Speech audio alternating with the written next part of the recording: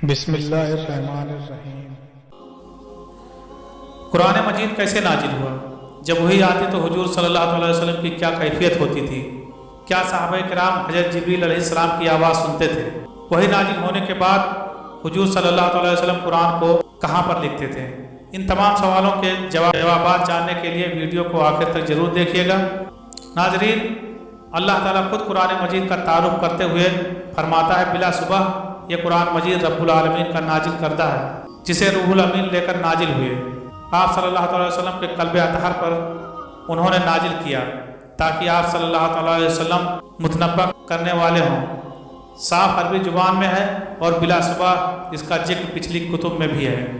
ناظرین، یہاں پر ایک سوال پیدا ہوتا ہے کہ سارے قرآن کریم کو ایک دفعہ نازل کرنے کے بجائے تھوڑا تھوڑا کر کے کیوں نازل کیا گیا؟ یہ سوال خود مشرکین عرب نے حضرت صلی اللہ علیہ وسلم سے کیا تھا۔ باری تعالیٰ نے اس سوال کا جواب خود ان الفاظ میں دیا ہے۔ آیت مبارکہ کا ترجمہ ہے اور یہ کافر لوگ کہتے ہیں کہ ان پر سارا قرآن ایک ہی دفعہ میں کیوں نازل نہیں کر دیا گیا؟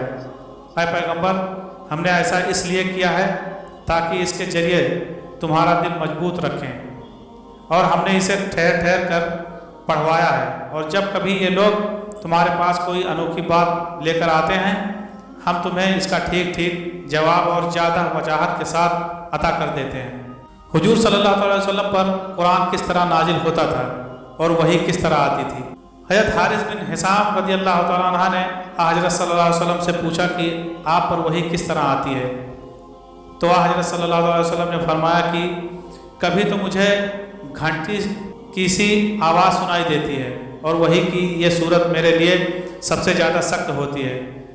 پھر جب یہ سلسلہ ختم ہو جاتا ہے جو کچھ اس آواز نے کہا ہوتا ہے مجھے یاد ہو چکا ہوتا ہے، اور کبھی فرشتے میرے سامنے ایک مرد کی صورت میں آ جاتا ہے، پھر مجھ سے بات کرتا ہے، جو کچھ وہ کہتا ہے میں اس کو یاد کر لیتا ہوں۔ حضرت عائشہ رضی اللہ تعالیٰ عنہ فرماتی ہیں میں نے سخت سردی کے دن میں آپ پر وحی نازل ہوتے دیکھی ہے۔ ایسی سردی میں بھی جب وحی کا سلسلہ ختم ہو جاتا تو آپ کی پیشانی مبارک پسینے سے سرابور ہو کی ہوتی تھی۔ ایک اور روایت میں حضرت عائشہ رضی اللہ تعالیٰ عنہ بیان فرماتی ہیں کہ جب آپ صلی اللہ علیہ وسلم پر وحی نازل ہوتی تو آپ کا سانس رکنے لگتا، چہرہ انور متغیر ہو کر کھجوروں کی ساکھ کی طرح جل پڑ جاتا، سامنے کے دانت سردی سے کپکپانے لگتے اور آپ کو اتنا پسینہ آتا کہ اس کے قطرے موتیوں کی طرح ڈھلنے لگتے تھے۔ وحی کی اس کیفیت میں بعض اوقات اتنی شدت پیدا ہو جاتی کہ اگر وحی اس حالت میں آتی کہ آپ اپنی اونٹنی پر سوار ہوتے تو وحی کے بوجھ سے اونٹنی بیٹھ جاتی۔ ابن جریر میں یہ بھی ہے کہ پھر جب تک وحی ختم نہ ہو لے اونٹنی سے قدم نہ اٹھایا جاتا۔ بعض اوقات اسی وحی کی ہلکی ہلکی آواز دوسروں کو بھی محسوس ہوتی تھی۔ حضرت عمر رضی اللہ تعالیٰ عنہ فرماتے ہیں کہ جب آپ صلی اللہ علیہ وسلم پر وحی نازل ہوتی تو آپ کے چہرے انور کے قریب شہد کی مکھیوں کی بھنبھناہٹ جیسی آواز سنائی دیتی تھی۔ وحی کی اس حالت میں آپ صلی اللہ علیہ وسلم نیند کرنے والے کی طرح سانس لیا کرتے تھے۔ ایسی بات نہیں تھی کہ آپ پر غنودگی کی ایسی کیفیت طاری ہو جاتی گویا کہ آپ بے ہوش ہو جاتے یا آپ پر کوئی پردہ ڈال دیا گیا ہو۔ سیدنا عمر رضی اللہ تعالیٰ عنہ نے صفوان بن یالا کو یہی حالت دکھائی کہ کپڑے سے آپ پر سایہ کیا گیا تھا۔ انہوں نے اپنا سر اندر ڈال کر دیکھا تو آپ کا چہرہ مبارک اتنا انتہائی سرخ تھا اور آپ صلی اللہ علیہ وسلم سونے والے کی طرح بلند سانسیں لے رہے تھے۔ حضرت زید بن ثابت فرماتے ہیں کہ ایک مرتبہ رسول اللہ صلی اللہ علیہ وسلم پر وحی اتری، اس وقت آپ کا گھٹنا میرے گھٹنے پر تھا۔ وحی کا اتنا بوجھ پڑا کہ میں تو ڈرنے لگا کہ میری ران کہیں ٹوٹ نہ جائے۔ ابتدا جب آپ صلی اللہ علیہ وسلم پر وحی نازل ہوئی تو آیت کا کچھ حصہ ضائع ہو جانے کے خوف سے وحی مکمل ہونے سے پہلے آپ صلی اللہ علیہ وسلم اسے جلدی جلدی پڑھنا شروع کر دیا کرتے تھے تاکہ وہ الفاظ نہ بھول جائیں۔ حضرت جبریل علیہ السلام جو الفاظ پڑھاتے آپ صلی اللہ علیہ وسلم اپنی زبان مبارک اور لبوں کو ہلاتے جاتے اور ان کے ساتھ ساتھ پڑھتے۔ دوسری طرف قرآن مجید کا یاد کرنا آپ صلی اللہ علیہ وسلم پر آسان کر دیا گیا تھا، اس لیے یہ بات فرما کے آپ کو مطمئن کر دیا۔ اللہ تعالیٰ نے ارشاد فرمایا قرآن کو جلدی جلدی یاد کرنے کے لیے اپنی زبان نہ ہلائیں، اس کو آپ صلی اللہ علیہ وسلم کے سینے میں جمع کرنا اور آپ کی زبان سے पढ़वाना हमारे जिम्मा है। हम जब इसे पढ़ लें तो आप इसके पढ़ने की पैरवी करें और फिर इसको बयान करवाना भी हमारे जिम्मा है। इब्न अब्बास रज़ी अल्लाह ताला अन्हुमा ने कहा कि इस आयत के उतरने के बाद जब हज़रत जिब्राइल अलैहिस्सलाम आते कुरान सुनाते तो आप कान लगाकर सुनते। जब हज़रत जिब्राइल अलैहिस्सलाम चले जाते तो आप लोगों को इसी तरह पढ़कर सुना देते जैसे हज़रत जिब्राइल अलैहिस्सलाम ने आपको पढ़कर सुनाया था। सरकार दो आलम सल्लल्लाहु अलैहि वसल्लम का सीना मुबारक कुरान करीम का सबसे ज़्यादा महफूज गजीना था, जिसमें किसी अदना गलती या तरमीम व तरगीब का इम्कान नहीं था। फिर आप मजीद एहतियात के तौर पर हर साल रमज़ान के महीने में हज़रत जिब्राइल अलैहिस्सलाम के साथ दौर किया करते थे। हुजूर पाक सल्लल्लाहु अलैहि वसल्लम पर नाजिल होने वाली आखिरी इल्हामी किताब कुरान मजीद की आयत हज़रत जिब्राइल अलैहिस्सलाम अल्लाह पाक की तरफ से लेकर हाजिर होते। वो आप सल्लल्लाहु अलैहि वसल्लम को याद हो जाते और आप अपने सहाबा को बताते, उन्हें लिखवाते और दूसरों को सिखाने का हुक्म फरमाते।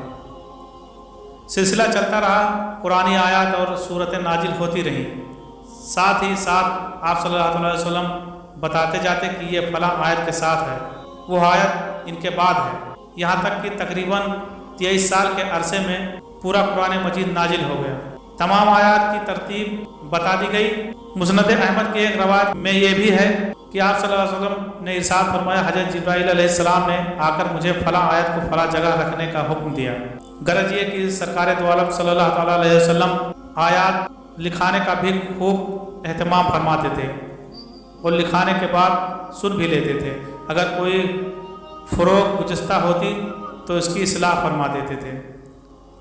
कई एक सहाबा को पूरा कुरान हिफ्ज हो गया और फिर जब पूरा कुरान मजीद मुकम्मल हो गया तो ये उस वक्त तक अलग अलग जगहों और मुख्तलिफ शक्लों में यानी पत्थरों, चमड़ों, खजूरों के तनों पर लिखा हुआ था।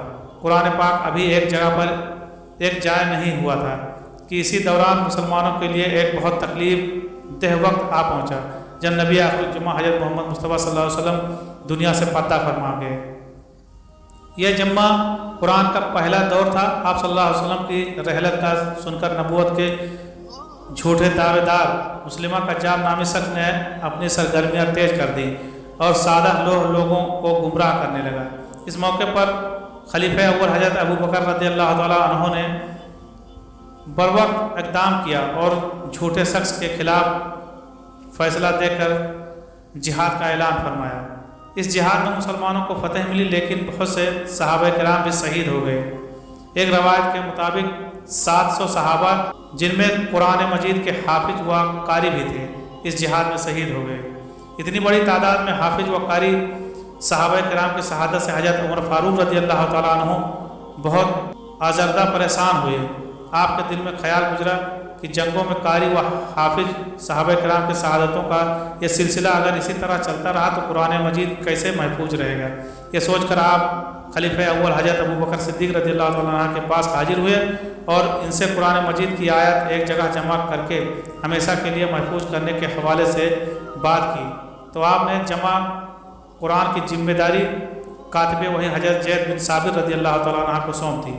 ज़ैद बिन साबित कहते हैं कि अगर मुझे पहाड़ों में से एक पहाड़ को मुंतकिल करने के लिए कहते तो मुझको इतनी परेशानी ना होती जितनी कुरान को जमा करने में महसूस हुई।